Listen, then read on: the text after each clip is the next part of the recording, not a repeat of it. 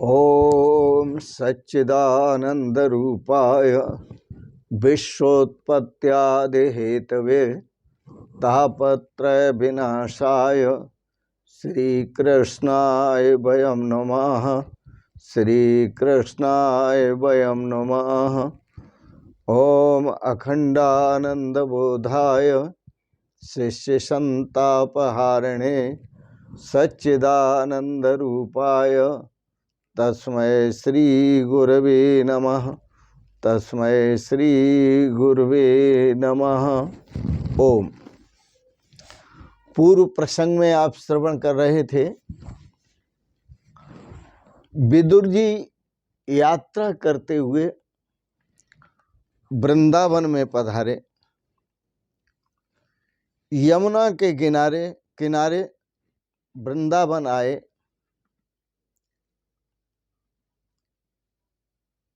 और उन्हें वहाँ बहुत अच्छा लगा। ठाकुर जी आप सब पर कृपा करें, आप भी वृंदावन पधारें और ऐसी कृपा करें ठाकुर जी के वृंदावन वास करके आप ठाकुर जी का भजन करें, भगवान का भजन करें, भगवान का चिंतन करें। यह हम मंगलमयी कामना करते हैं आप सबके प्रति।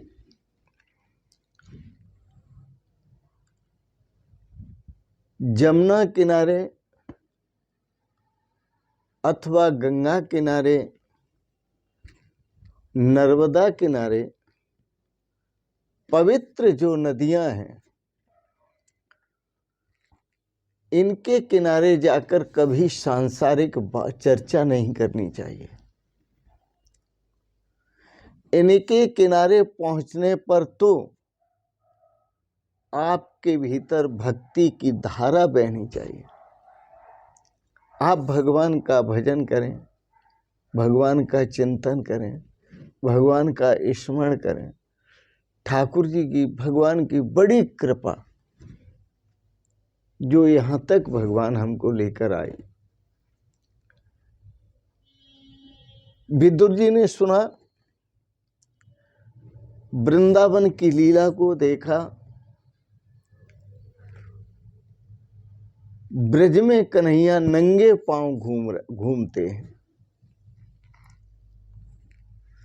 और जब कन्हैया नंगे पांव घूम रहा था तो यशोदा जी ने समझाया, लाला नंगे पांव वन में घूमना ठीक नहीं है, आपके पैरों में कंकड़ चुभेंगे, कांटे चुभेंगे, इसलिए तुम पग रखा पहनो जिससे पैरों की सुरक्षा रहे।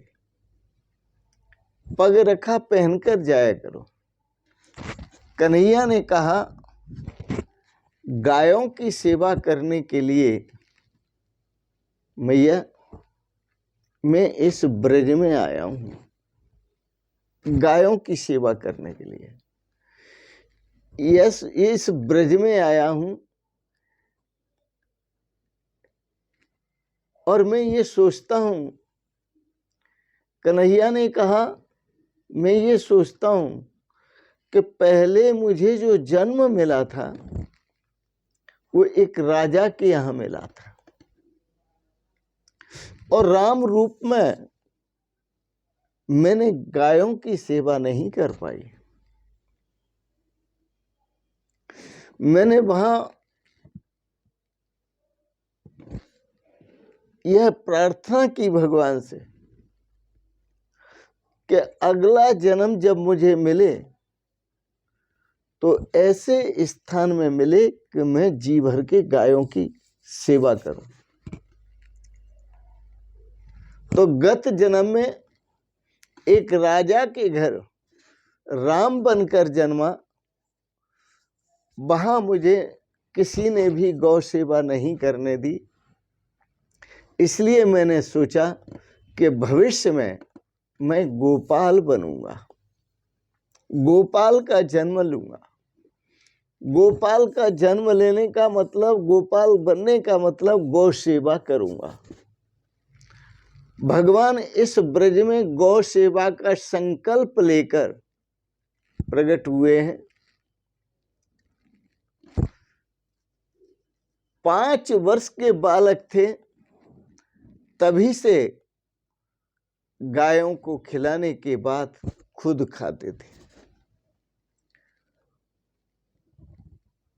ये नियम था कन्हैया का, जब तक मैं गायों को नहीं खिला लूंगा तब तक मैं खुद नहीं खाऊंगा। मैया से कहने लगे, मैया मेरी जो गाय हैं इस वन में घूमती हैं, उनके श्री चरणों में तो पग रखा है नहीं। यदि आप उनको भी पग रखा पहना दो तो मैं भी पग रखा पहन लूंगा। जब मेरी गाय नंगे पग चलती हैं, कोई पग रखा नहीं है, तो मैं कैसे पग रखा पहन सकता हूं। भगवान श्री कृष्ण इस ब्रज में खुले पांव फिरते हैं, खुले पांव घूमते हैं। इसलिए यह ब्रज की जो रज है वो अत्यंत पवित्र है, अत्यंत पवित्र है।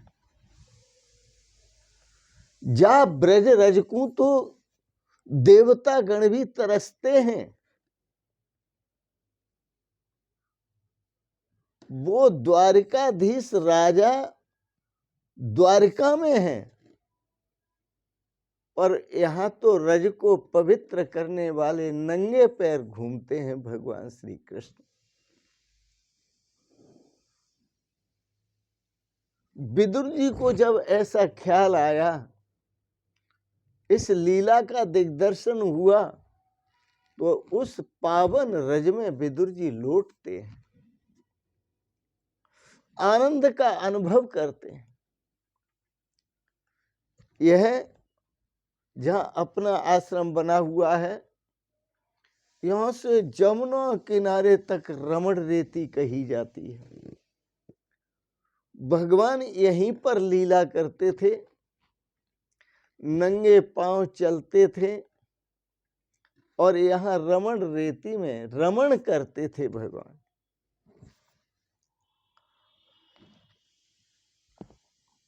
विदुर जी आज भगवान श्री कृष्ण की चरण रज में लौटते हैं। यहाँ तो इस रमण रेती में गोपियों की भी चरण रज है और उन गोपियों की जो गौभिर इंद्रियी भक्ति रसम पिबतीति गोपी, जो गोपी भगवान श्री कृष्ण के मुखारविंद का दर्शन करके, स्वरूप का दर्शन करके उनका मकरंद पान करती थी, अपने जीवन को आनंदित करती थी। विदुर जी भगवान श्री कृष्ण की मंगलमय लीलाओं का चिंतन करते हैं। यमुना के किनारे लौकिक बातें करना पाप है। यह अत्य पवित्र भूमि है, इसलिए यहाँ तो भगवान श्री कृष्ण की चर्चा, प्रभु की चर्चा, गायों की चर्चा, लीलाओं का, भगवान की अद्भुत लीलाओं का स्मरण होना चाहिए, लीलाओं का चिंतन होना चाहिए। यह ब्रज भूमि अत्य पवित्र है। भगवान श्री कृष्ण यहाँ गाय चराने आते थे। ब्रज की लीला नित्य लीला है। श्रीमद् भागवत के प्रमुख टीकाकार उद्भट विद्वान प्रमुख टीकाकार श्रीधर स्वामी ने कहा है कि भगवान का नाम और भगवान का धाम लीला स्वरूप है। यहाँ भगवान का नाम और भगवान का धाम नित्य लीला स्वरूप है। यहाँ सदाई लीला होती है। आज भी भगवान श्री कृष्ण ब्रज में प्रतिदिन लीला करते हैं, प्रतिदिन लीला करते हैं। देखने वाले भक्त जिनके पास देखने की दृष्टि है वह बड़े प्रेम से, श्रद्धा से उस लीला का दिव्य दर्शन करते हैं। जहां बैठे हैं वहीं भगवान की लीला को देखते हैं। भगवान कहते हैं कि इस जगत के, भगवान कहते हैं कि इस जगत के किसी भी स्त्री पुरुष जड़ आदि का या चेतन वस्तु का चिंतन नहीं करना चाहिए। जड़ चेतन, जो चेतन वस्तुएं लगे उनका, उनमें आनंद नहीं है। संसार की कोई भी वस्तु है जो आपको जड़ात्मक लगती है, चेतनात्मक लगती है, भगवान श्री कृष्ण स्वयं कहते हैं कि उनमें कोई भी सुख नहीं है, कोई भी आनंद नहीं है। टीका करते हुए श्रीधर स्वामी कहते हैं यदि आनंद है तो भगवान श्री कृष्ण के स्वरूप में है, यदि आनंद है तो परमात्मा के स्वरूप में है। परमात्मा ने स्वयं कहा है कि मैं स्वयं आनंद स्वरूप हूं। तो मैं स्वयं आनंद स्वरूप हूं, इसलिए परमात्मा के स्वरूप का चिंतन करना चाहिए। श्री कृष्ण आनंद स्वरूप है। विदुर जी ने अनुभव किया कि श्री कृष्ण गायों को लेकर यमुना किनारे आए हैं। गायों को लेकर यमुना किनारे आए हैं। यह वही कदम का वृक्ष है जिसके शाखा पर बैठकर भगवान झूला करते थे और मधुर मधुर बंसी बजाकर बंसी के द्वारा अपनी गायों को टेर लगाते थे, बुलाते थे भगवान। और बंसी में गा करके बुलाते थे, कहते थे हे गोदावरी, हे गंगी, आ जाओ। विदुर जी को इन सभी लीलाओं का दिव्य दर्शन हो रहा है। विदुर जी ऐसी भावना को लेकर यहाँ पर आए जो विदुर जी ने अपने पवित्र भावों के आधार पर भगवान की प्रत्यक्ष, भगवान की लीलाओं का प्रत्यक्ष दर्शन किया। गायों के बीच खड़े हुए गोपाल कृष्ण का ध्यान किया। आप भी गायों के बीच में खड़े हुए भगवान श्री कृष्ण का ध्यान करें और ऐसे ध्यान करें कि बिल्कुल तन्मयता को प्राप्त हो। किसी भी स्वरूप में ध्यान करो, पर यहाँ पर एक विशेष स्वरूप बताया भगवान का कि गायों के बीच में खड़े हुए भगवान कृष्ण अधरों पर मुरली धारण किए हुए सुंदर मुरली बजाते हैं और गायें चारों तरफ से इकट्ठी होकर उनको घेर लेती हैं, बड़ी प्रसन्न होती हैं, आनंदित होती हैं। गायें भगवान श्री कृष्ण का दर्शन भी करती हैं, मुरली की धुन सुन के, बंसी की धुन सुन के आनंदित भी होती हैं। श्रीधर स्वामी ने कहा, मैं आपसे आग्रह करूंगा कि आपकी जितनी भी इंद्रियां हैं, इन इंद्रिय वो गौ भी थी और इन इंद्रियों को भी गौ कहते हैं। भगवान श्री कृष्ण जिन गायों को बुलाते थे वो भी गाय थी। विदुर जी जिन गायों का दर्शन करते हैं और वो गोपाल कृष्ण का दर्शन करते हैं, वो भी गोपाल कृष्ण और गाय हैं। आपके पास जो इंद्रियां हैं इस शरीर के अंदर, इन इंद्रियों को भी गौ कहते हैं। गौ नाम इंद्रियों का है।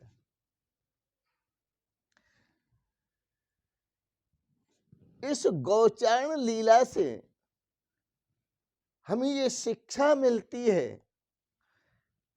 कि जब गाय भगवान की तरफ देखती हैं तो हम अपनी इंद्रिय रूपी गायों को विषयों की तरफ देखने से हटाएं, क्यों ये गाय, इंद्रिय रूपी गाय विषयों का वर्ण करने के लिए नहीं है।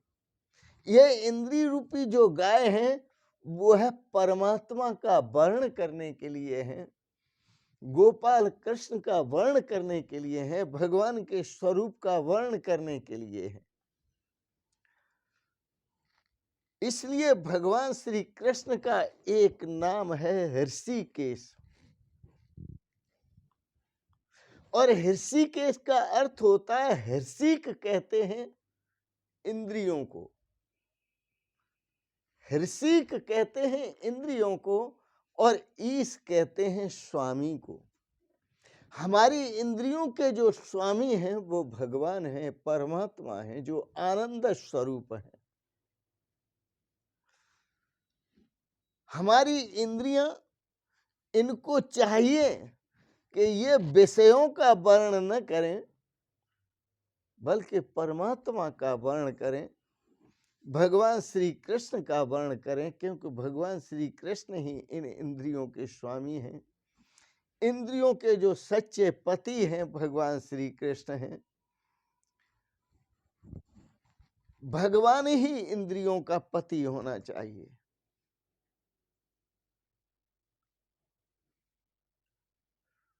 आप एक अनुभव करेंगे, रात को जब सोते हैं तो सोते समय जब तक आपकी आंखें विषयों को देखती रहेंगी, किसी भी विषय को देखती रहेंगी, तब तक आपको नींद नहीं आएगी। और जब आंखें निर्विषय हो जाएंगी, परमात्मा स्वरूप की तरफ मुड़कर निर्विषय हो जाएंगी और परमात्मा का ध्यान करेंगी तो नींद आ जाएगी। सोते सोते भी हमको ये शिक्षा मिलती है कि जब तक ये नेत्र, ये आंखें विषयों का वर्ण करने में लगी रहती हैं, देखने, विषयों को देखने में लगी रहती हैं, तब तक नींद नहीं आती। आंखें खुली रहती हैं और जब अंतर्मुख होते हैं, परमात्मा का ध्यान होता है तो नींद आ जाती है। हम परमात्मा के स्वरूप में एक हो जाते हैं, मिल जाते हैं, और हमें कोई खबर नहीं रहती। विदुर जी सोचते हैं, मेरी अपेक्षा तो ये पशु श्रेष्ठ हैं, ये गाय श्रेष्ठ हैं, कि भगवान बंसी बजाते हैं तो चारों तरफ से इकट्ठी होकर दौड़कर भगवान के पास गाय आ जाती हैं और भगवान का दर्शन करती हैं, प्रेम से दर्शन करती हैं, बड़ी उछलती हैं, आनंदित होती हैं, प्रेम विभोर होती हैं। विदुर जी विचार करते हैं, ये मेरा सौभाग्य कब होगा कि मेरी इंद्रियां हर तरफ से भगवान के स्वरूप का चिंतन करेंगी, भगवान के आनंद का रस लेंगी। रस स्वरूप संसार के विषय नहीं है, रस स्वरूप तो केवल परमात्मा है। रसो वही सह, उस परमात्मा के रस में कब डूबेंगी? परमात्मा से मिलने के लिए आतुर हो रहे हैं विदुर जी, क्योंकि उन्होंने गायों को दौड़ते हुए देखा। परमात्मा से मिलने के लिए गाय, जैसे भगवान बंसी बजाते हैं तो दौड़ती हुई आती हैं, ऐसे विदुर जी का भाव हुआ कि ये दौड़ मेरे अंदर कब आएगी, ये तीव्रता मेरे अंदर कब आएगी। ये कब उत्पन्न होगी?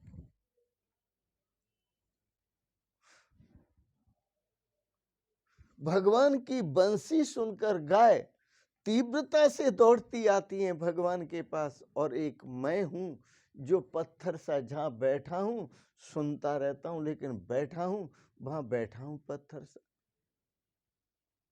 मैं कब दौड़ूंगा?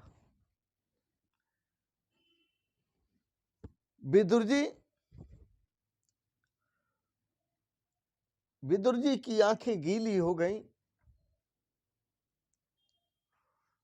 प्रेमा अश्रु बहने लगे और भगवान का स्मरण करते हुए भगवान के ध्यान में डूब गए। आज विदुर जी का भी बड़ा सौभाग्य है जो परमात्मा के स्वरूप का चिंतन करने के लिए वृंदावन में पधारे और वृंदावन में रहकर भगवान की लीलाओं का दिव्य दर्शन कर रहे हैं। भगवान की लीलाओं का इनको दर्शन करने दो, भगवान के प्रेम में इनको निमग्न रहने दो। आप भी अपनी उत्सुकता बढ़ाएं, अपना प्रेम बढ़ाएं, अपना अनुराग बढ़ाएं और परमात्मा के स्वरूप का चिंतन करें। इसी में कल्याण है, इसी में आनंद है, इसी में प्रेम है, इसी में रस है।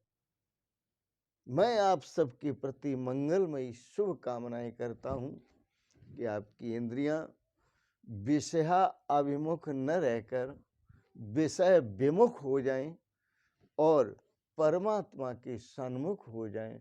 आप भी हर इंद्रिय से परमात्मा के स्वरूप का दर्शन करें, परमात्मा के स्वरूप का रस लें, परमात्मा के स्वरूप का आनंद लें, परमात्मा के स्वरूप का सुख अनुभव करें, रसस्व का अनुभव करें। इन शब्दों के साथ ही आप सबके प्रति बहुत बहुत मंगलमयी शुभकामनाएं करते हुए आप सबको बहुत बहुत आशीर्वाद, बहुत बहुत प्रणाम। शिवोहम शिवोहम शिवोहम।